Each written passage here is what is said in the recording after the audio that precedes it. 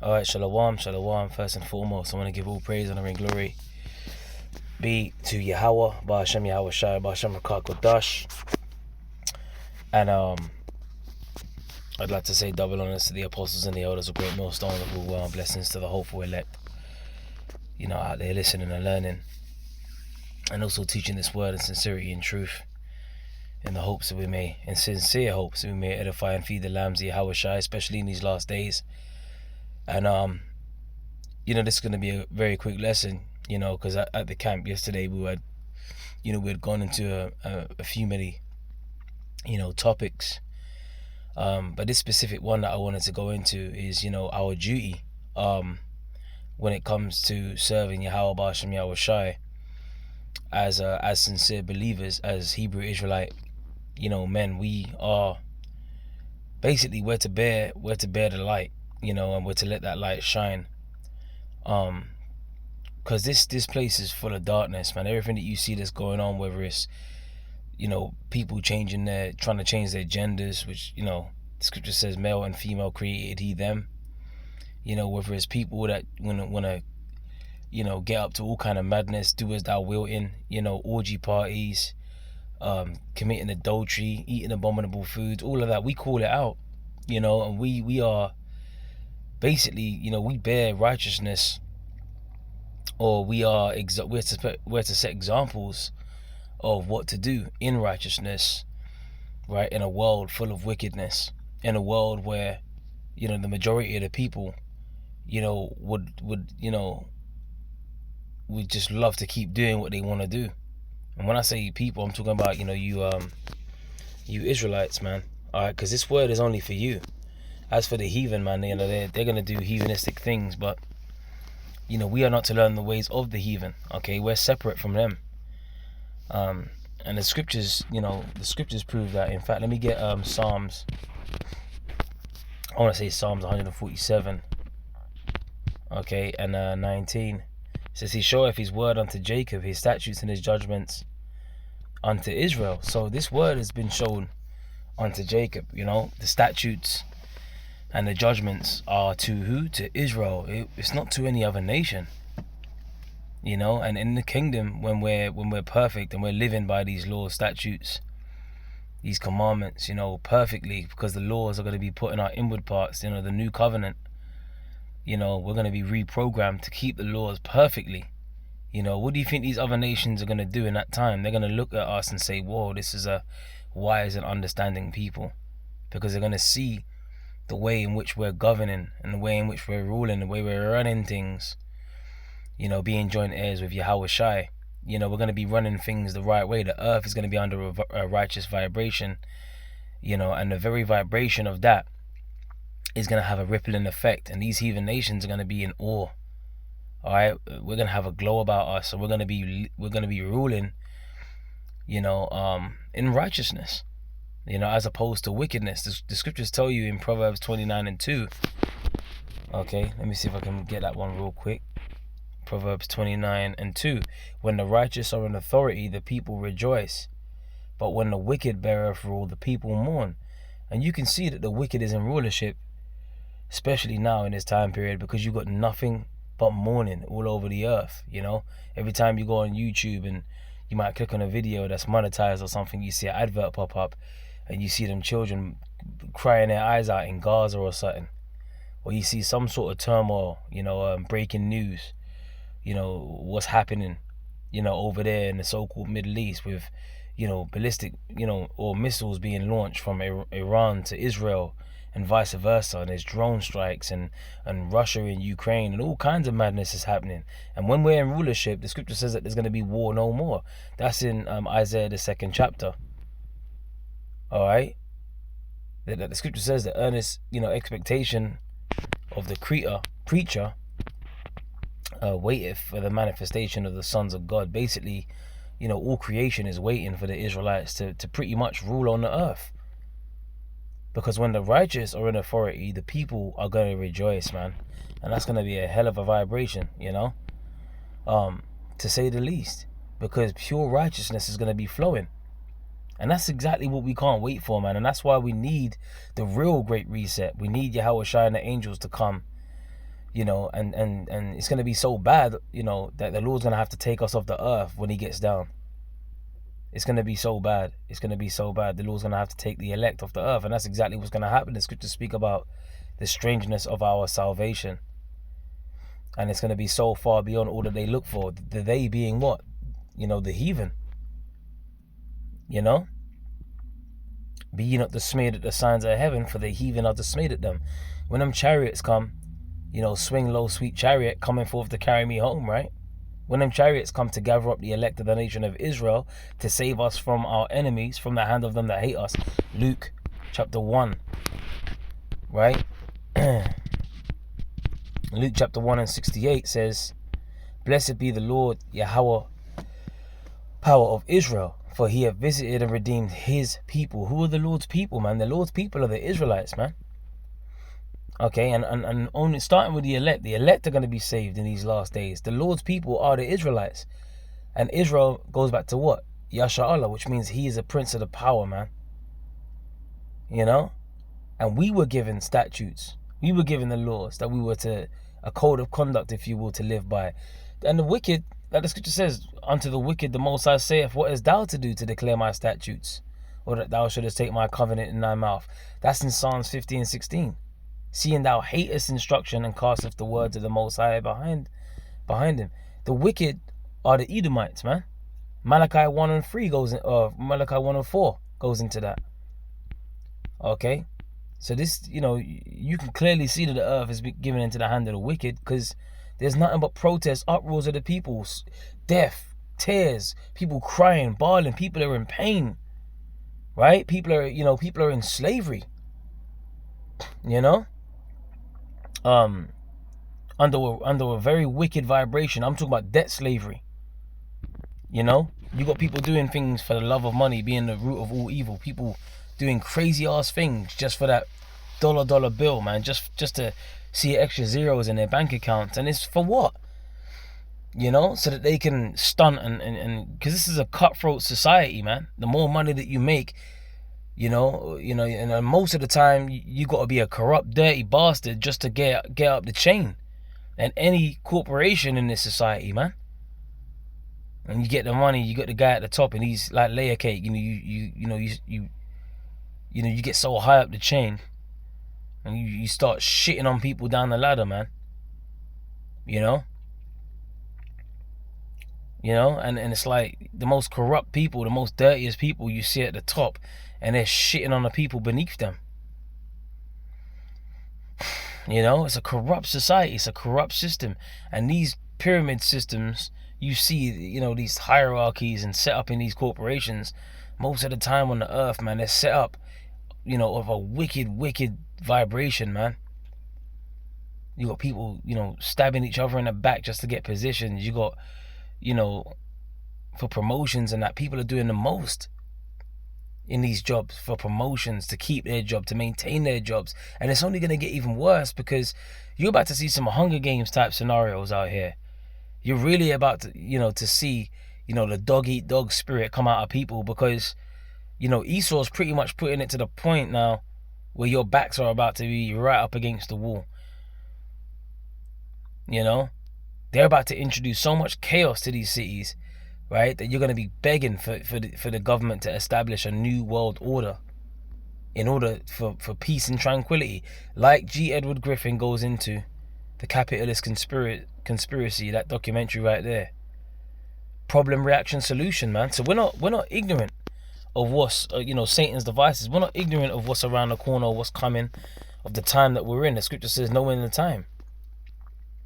Right, it says, "And raised up a horn of salvation for us in the house of his servant David, as he spake of the mouth of his holy prophets, which have been since the world began." The prophets have always been, you know, prophesying. That's their lot, coming back, reincarnation, lot after lot coming back and prophesying against kingdoms of war, even of pestilence, man. Countries, like Jeremiah 28:8 says, "The prophets that have been before me, you know, and before thee of old, prophesied both against many countries." Right? It says, "The prophets that have been before me and before thee of old prophesied both against many countries and against great kingdoms of war and of evil and of pestilence." So the prophets definitely have to be back to prophesy against this kingdom of evil, war and pestilence. That's the job of a prophet. The job of a prophet is to prophesy, which means to say before, to declare the end of this kingdom. The prophets are back in their lot in this time to declare the end of this man's kingdom. And when I say this man, I'm talking about the elites of Esau, Edom. The earth has been given into the hand of the wicked, and their kingdom's coming to an end, right? And when it finally goes down, you're going to see righteousness spring up on the earth, man. And this is what we're heading towards. It says back in Luke 1 and 71, it says that we should be saved from our enemies and from the hand of all them that hate us, right? So we need saving from those that hate us, man. We need saving from our enemies. And the top enemy of the nation of Israel are the Edomites, right? And even when you go into the definition of Edom in the Zondervan's dictionary, it speaks about Edom, right, was the only neighbor of the Israelites, that was not promised any mercy from the Most High, right? And that Edom, it was like a scene of great future judgments. And they even quote Isaiah 34, which I did a lesson on, I did a breakdown on a whole chapter of Isaiah 34 yesterday. All right, going into the mushroom cloud, right? The heavens being rolled together as a scroll. Going into, the slain, that's going to be many. Precept in that with Isaiah 66 and 15. When the nuclear missiles hit America, the whole earth is going to shake. And that's going to cause catastrophic, tsunamis and buildings to topple. It's going to be, man, a time like no other since there was a nation. And that's all happening, right? So that the Lord can save us from the hand of all them that hate us. And the Edomites hate us the most, right? And the Lord's going to deal with them and their kingdom, starting with their elites. It says to perform the mercy promised to our fathers, and to remember his holy covenant, the oath which he swore to our father Abraham. Right? That he and the covenant was given to who? To the Israelites. A covenant is a contract, an agreement that the Lord made with the nation of Israel. And that ain't changed. But I am the Lord, I change not. Therefore ye sons of Jacob are not consumed. No other nation is involved in this, man. Okay? It says that he would grant unto us that we being delivered out of the hand of our enemies might serve him without fear in holiness and righteousness before him all the days of our life. Holiness and righteousness. We're going to serve the Lord without fear in righteousness and holiness. And when that happens, these nations are going to look to us and say, this nation is a wise and understanding people, man. Because things are going to be run, the earth is going to be under new management. A righteous management, a righteous vibration, as opposed to this cutthroat, back to front, upside down, confusing ass society that you see now, man. This kingdom is fucked up. And that's why we're in the spirit of sighing and crying. For all the abominations that will be done in the midst thereof. We're in that righteous Lot spirit, that righteous man in seeing and hearing, vexed his righteous soul. I'm going to get that, Lord willing, right? This is Deuteronomy 4 and 5. In fact, let's hold that precept because I don't want to forget it. Let's say 2 Peter 2. Okay, we can hold that precept there. Deuteronomy chapter 4 verse 5. Behold, I have taught you statutes and judgments, even as the Lord Yahweh my power commanded me, that ye should do so in the land whither ye go to possess it. Right? The Israelites, okay? The laws that were given to the Israelites. Okay, when you see it's verse 1, who is this you? Now, therefore, hearken, O Israel, unto the statutes and unto the judgments which I teach you. Who? Yasha Allah. He is a prince of the power. Israel, the Israelites were given the statutes, right? For to do them that ye may live and go in and possess the land which the Lord Yahweh, power of your fathers, giveth you. You see that? Okay, so let's jump down to verse 6. Keep what? The laws, the statutes, right? Keep therefore and do them, for this is your wisdom and your understanding in the sight of the nations, which shall hear all these statutes and say, surely this great nation right? Which great nation? The Israelites, the nation of Israel, is a wise and understanding people. No more, there's not going to be no cartwheeling, shirt-lifting flamers. Women ain't going to be scissoring each other. You ain't going to have no carpet munch behavior, right? Same-sex marriages. You ain't going to have fucking bestiality. You ain't going to have none of this fucking confused, warped-ass way of living that's upheld in public. That's going to be fucking done away with, man. All the fucking filthy conversations that we have to endure and put up with, all the fucking feminism, the pride of these women, okay, the disrespect, the looking down on Israel from all these other nations, hey, that's going to be done away with. Because this scripture's saying here, they're going to say what? Surely this great nation is a wise and understanding people. Why? Because we're going to be ruling in righteousness and holiness. For what nation is there so great who have Yahweh so nigh unto them, as the Lord Yahweh our power is in all things that we call upon him for? And what nation is there so great that have statutes and judgments so righteous as all this law which I set before you this day? You see that? So when we're ruling on the earth, there's going to be no more of this, right? 2 Peter chapter 2, verse 7, and delivered just Lot, vexed with the filthy conversation of the wicked, right? There's not going to be no more, us being vexed with the filthy conversation of the wicked. We're going to be in a kingdom, man, and everything's going to be run different. It's going to be a purely different, clean, wholesome vibration, man. And every day is going to be a beautiful fucking, we're going to feel beautiful inside and out. You know? It says, for that righteous man in dwelling among them, we still have to dwell. And we're in a worse time. We're living in a worse time than in Lot's time. You know? So you can imagine like what the prophets are, having to go through in this time. What we have to endure, what we have to put up with, what we have to see and hear about. You know? It says, in dwelling among them, in seeing and hearing, vexed his righteous soul from day to day with their unlawful deeds. Right? So Lot was pissed off. He was vexed, bro. He was unhappy with what he saw around him. And that's exactly what we're going through now. As we beg the Lord to destroy this place. That's why we go out on the highways and the byways. That's why we do these lessons, man. And to hell with you unbelievers, man, that don't want this place to really be reset and to have a righteous vibration and a righteous stamp put on the earth. If you don't want that, man, then you are part of the problem. You're a demon. You don't want righteousness on the earth. You get out of the way, man. And the Lord's going to move you out of the way violently. Like the scripture says, though hand join in hand, the wicked shall not be unpunished, but the seed of the righteous shall be delivered. Verse 9, the Lord knoweth how to deliver the godly out of temptations, and to reserve the unjust unto the day of judgment to be punished. Right? So the unjust, they're reserved unto the day of judgment to be punished, man. The Lord's got your number, man. Okay, like the scripture says, the same must know it after death by pain. So you ain't getting away, man. Right? You want to uphold an unjust lifestyle, man? You want to uphold a wicked lifestyle? Like we would say back in the day, Tiny Temple, what was it? I live a very, very, very wild lifestyle. There's an old, throwback track, you know what I mean? Wild lifestyle. A lot of you people like living these wild lifestyles, these do as thou wilt lifestyles. Which being wild is not,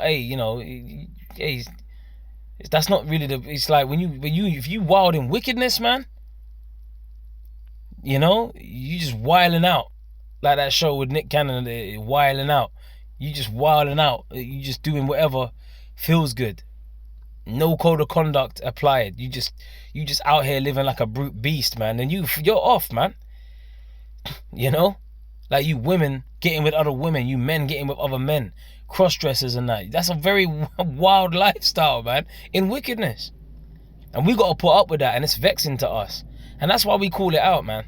What does the scripture say? Cry loud and spare not, lift up thy voice like a trumpet. Show my people their transgression, and the house of Jacob their sin. And what's sin? Sin is the transgression of the law. And the wages of sin is death, right? Like the scriptures say. So if the laws are going to be put on our inward parts now, yeah, because, the new covenant, right? Hebrews chapter 8, let me start from verse 10. Right? For this is the covenant that I will make with the house of Israel after those days, saith the Lord. I will put my laws into their mind and write them in their hearts, and I will be to them a power, and they shall be to me a people. So the Lord is going to upgrade us. We're going to get new bodies, and we're going to be reprogrammed righteously reprogrammed. Right?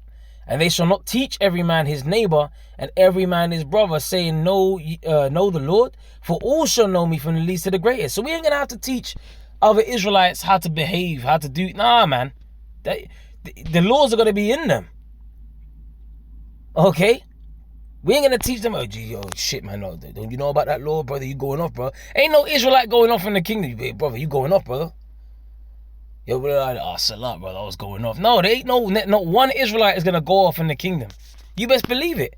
And could you imagine a whole nation, right, of you so-called Negroes, Latinos, Native Americans, right, living under a righteous vibration, right, and not one of you going off in the kingdom? Could you imagine the vibration of that? Could you imagine how peace we are going to be with one another?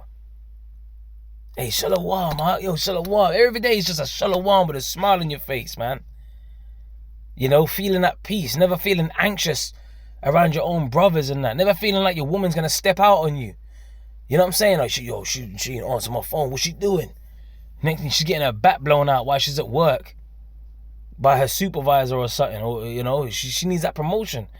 Or she's staying, doing later shifts, changed up her routine. She used to come home at a certain time, but now all of a sudden she's blaming things on you. I'm just tired.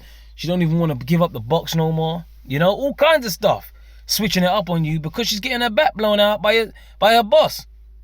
I mean, this is completely out of order. That's part of the vexation. The filthy conversation. Okay? But guess what? The other nations are going to have to be taught. That's in Isaiah, the 2nd chapter. All right? Let's get that. And that proves that them small hats over there in the land of Israel today, they are not the people, man, because no one's going to them to be taught of their ways. This is a future prophecy, right? Isaiah 2:2, and it shall come to pass that in the last days that the mountain of the Lord's house shall be established in the top of the mountains. And a mountain represents a government, right? Okay, like you have, when you got these nations, they get together, they have a summit meeting. The summit is a peak of a mountain, right? And shall be exalted above the hills, and all nations shall flow unto it. Right? The government of Israel, okay? And many people shall go and say, come ye, let us go up to the mountain of the Lord Yahweh, Bashem Yahweh Shai, to the house of the God of Jacob. It didn't say the God of Esau or the God of Moab, right? It says the God of Jacob. And he will teach us of his ways, the God of Elam. Come on, man. And we will walk in his paths. Teach us. We're going to have to teach the heathens on how to do things the right way. That's why they're going to be looking at us like, whoa, this is a wise and understanding people. Look at them, man. Because they're going to have to be taught. Right? And he will teach us of his ways, and we will walk in his paths. For out of Zion shall go forth the law and the word of the Lord Yahweh from Jerusalem. Okay? So we ain't going to have to teach fellow Israelites. Oh no, yo, bro, you going off if you do that. No. They're gonna have, the heathens are gonna have to be taught. Okay? So that's the point on that. Alright? But anyway, going back to my first precept that I had that I wanted to go into in Luke 17. Alright? We was going into many things at the camp yesterday, but this scripture, see, I went through all of that just to get to this point. This is what I originally was going to open up with, but the Spirit kind of done led me to go into all of that. Because we're yearning for a righteous vibration on the earth. That's why our spirits are screaming out for the real great reset, man. For righteousness to be on the earth. Right? And this is why we have a duty, right? Right now, ahead of schedule, we have a duty as Israelites in our right state of mind. As we're rehearsing the righteous acts, we have a duty to shine the light, man, among our people, man. Not, come on, man, like putting off the works of darkness. Luke 17:9, it says, doth he thank that servant because he did the things which were commanded him? I trow not, of course not. Right? Why should you be thanked for for doing a service, right, that were commanded you? We're commanded to do, like, by default, Israelite men, we're supposed to be doing what, like we was talking about, making the analogy of a light bulb. A light bulb is very designed, right? It's for it to, when it's plugged into the power source, is to give out light. If it don't give, the light bulb is cracked, smashed, it doesn't serve a purpose anymore. You got to dash that in the bin. It's worthless. So an Israelite, for an Israelite to be in a do as thou wilt vibration that ain't serving the Lord, they got to be dashed in the bin. That's why the Lord's going to do away with the wicked of our people, man. So likewise, ye. And that's why it's very important, as the fear of the Lord is the beginning of wisdom, right? It's very important for us to do what we're on the earth to do as Israelites, man. As we're supposed to be the flag bearers of righteousness on the earth. So likewise, ye, when ye shall have done all those things which are commanded you, say we are unprofitable servants. We have done that which was our duty to do. We're doing what's our duty to do, man. We don't need no thanks for what we're doing. We're supposed to fucking be doing this. The word duty, ophelio, to owe money, be in debt. That which is due, the debt, goodwill due. Like when you fall behind on payments and you're in debt with a certain company, I don't know, you borrowed money from a company, and that debt's got to be paid. And the Lord said to occupy till I come. He gave us money, he gave us pounds. And he's going to, when he requires, the money that he gave out, he's going to require it with usury. He's going to want to see how much money you made by trading. And this is the trading part. When we do these lessons and we go out on the highways and the byways, that's how we're trading, man. Pay that you owe, When thou vowest to vow to the Lord, right?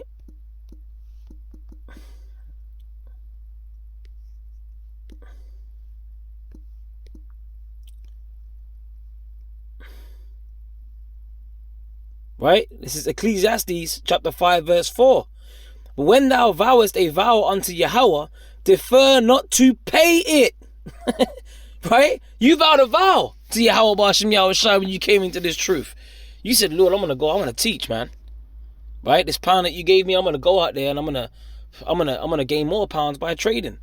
When you vow a vow to the Most High Yahweh B'Hashem Yahushua, defer not to pay it, man. Are you trying to put off the payments? Like you got a car, you took it out on finance. Then all of a sudden the repo man comes because you ain't kept up with the payments and he's lifting your car off the ground. And you wonder, you taking my car? Well, you didn't pay the car note. You didn't keep up with the payments, man. That car's gone. Right? For he have no pleasure in fools. Pay that which thou hast vowed. Better is it that thou shouldest not to vow than that thou shouldest vow and not pay. You see that? It was better that you didn't even vow, man. Okay? You guys coming in, you talking about, I'm going to serve the Lord. You come in and then you fall out, man. You know what I'm saying? It was better that you didn't even vow, man. Right?